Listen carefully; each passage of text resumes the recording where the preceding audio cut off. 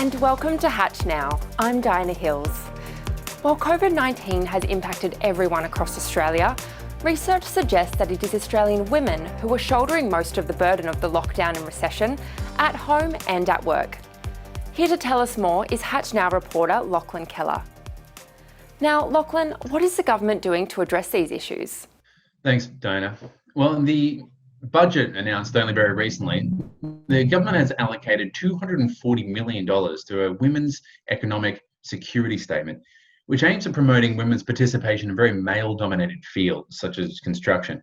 Now, we know that women have made up almost 60% of the total unemployment rate since this pandemic began, and critics argue that these measures are too limited and do nothing to address the immediate concerns that many women have for their support.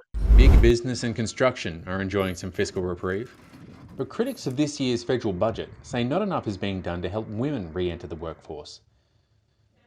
As job losses soared in the early days of the pandemic, it soon emerged women made up almost 60% of the unemployment figure. Employment services provider Kerry Godfrey puts this down to the types of jobs women are more likely to have. Majority of females tend to be in that hospitality, cleaning, waitressing, things like that, working in food prep services. So because a lot of that's closed down, you see quite a high impact to the females in the workplace. And as children were being kept home from school, women were under further strain to stay home and make sacrifices to their careers. Well, it's affected a lot of parents in a lot of different ways. So obviously homeschooling is a major one, and we're seeing a lot of mums having to stop employment in order to be able to homeschool their children and look after all of those other priorities in the home. The concern is these pressures will widen existing career and wage disparities as a generation of women either lose their job or see their hours reduced. Economists warn decades of women's progress in the workplace could be eroded, which is why this year's budget is being so heavily scrutinised.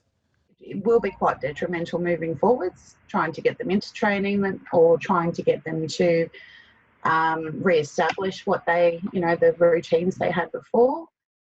Despite these concerns, only $240 million was put towards helping women re-enter the workforce, and most of this was allocated towards promoting women's participation in very male-dominated fields, such as construction, which critics argue does nothing to address the unemployment crisis facing us now. So, Dana, obviously we've all had some pretty tough times behind us, but as the employment rate starts picking up, hopefully the need for government intervention will be lessened and women are able to enter the workforce faster. Thank you, Lachlan. I certainly hope so. Now, New South Wales has seen a slight decrease in the COVID-19 restrictions. However, there are signs that we may not be in the clear just yet. Yohan spoke to Dr. Ariane Davison about her thoughts on the current numbers being reported across New South Wales. Yohan, what are her concerns?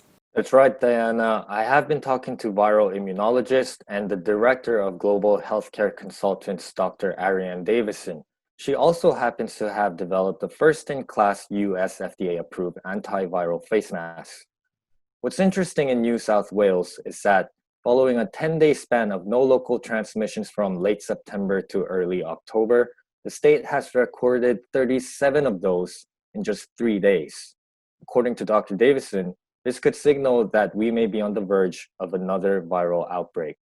They say there has been no cases for 10 days, then suddenly there's a couple of cases.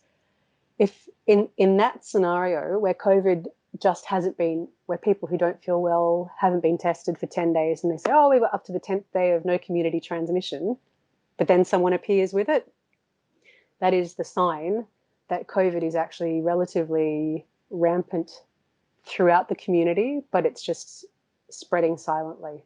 Diana, you just heard Dr. Davison say that she would be really worried if she was in Sydney right now. Another concern that we talked about is something that we've all been encouraged to do, and that's elbow bumps.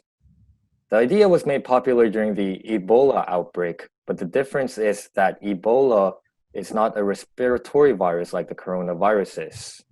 When I brought up elbow bumping in my conversation with Dr. Davison, she gave me an eye roll. It's like you're sneezing into that space, but then you're now touching the next person, which cross-contaminates them.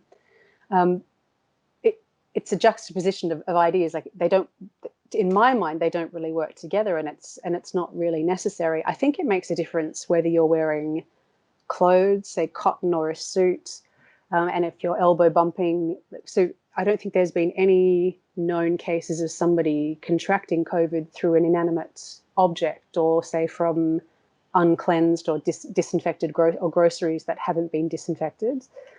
But if it was a case of skin to skin, say more in like the summer months where people are just wearing t-shirts, that to me is an idea that into my elbow, I would feel the need to disinfect my elbow. Just 2 days ago, we heard New South Wales Premier Gladys Berejiklian announce that the state is holding off easing of restrictions. Our local public must keep in mind that the pandemic is not over, and until then, Dr. Davison reiterates the importance of face masks. It certainly is very important that we keep that all in mind. Thank you, Yohan. And that's all we have time for on this episode of HatchNOW.